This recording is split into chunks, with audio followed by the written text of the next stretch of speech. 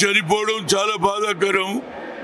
గత ప్రభుత్వం ఆయన గురించి పట్టించుకోలే. తెలంగాణ గానం వినిపించాలన్న ఉద్దేశంతో రేవంత్ రెడ్డి గారు చక్కటి పాట, అందరికీ పెద్ద చదువుకున్నవాడు కాదు, కానీ ఆయనకున్నటువంటి ఆలోచన, ఆయన జీవితంలో మానవత్వం ఎట్లుండాలి, మానవులు ఏ విధంగా సహకరించాలి, పాట కూడా బాగా ఫేమస్ అయింది.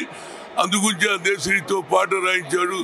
జై జై తెలంగాణ, జై జై తెలంగాణ పాట ఉన్నంత కాలం అందశ్రీ గుర్తింపు ఉంటాడు.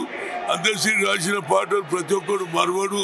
త్యాగం చేసిన గత ప్రభుత్వం ఈ తెలంగాణ గురించి పాట రాయించాలనే ఆలోచన లేదు, కానీ రేవంత్ రావడంతో మా ముఖ్యమంత్రి గారు చక్కటి పాట ఎక్కడ చూసినా ఏదైతే జనగణమన ఎట్లా ఉంటుందో అదేవిధంగా మన తెలంగాణ ఏది సాక్రిఫైస్ చేసింది కాబట్టి ఆ పాట కూడా మొదలు పెట్టడం జరుగుతుంది. ప్రతి ఒక్కరు కూడా జై జై తెలంగాణ తెలంగాణ. ఉద్యమం ఇలా జరిగిందని ఒక్కసారిగా వార్త మీకు తెలంగాణ ఎలా అనిపించింది మీకు పొద్దున్న?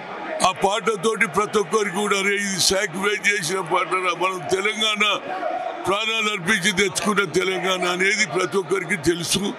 కనుక ఆ పాట గుర్తింపు రావడంతో ఇది గత ప్రభుత్వం ఎలాంటి పట్టించుకోలే, సాక్రిఫైస్ చేసిన పిల్లలను పట్టించుకోలే, ఏది చేయలేదు, కానీ ఈయన చేశాడు. ఈయన గుర్తింపు చిరకాలం ఉంటుంది. నా ప్రగాఢ సంతాపం వాళ్ళ కుటుంబ సభ్యులకు ఆయుధారోగ్యాలు ఇవ్వాలని కోరుతుంది.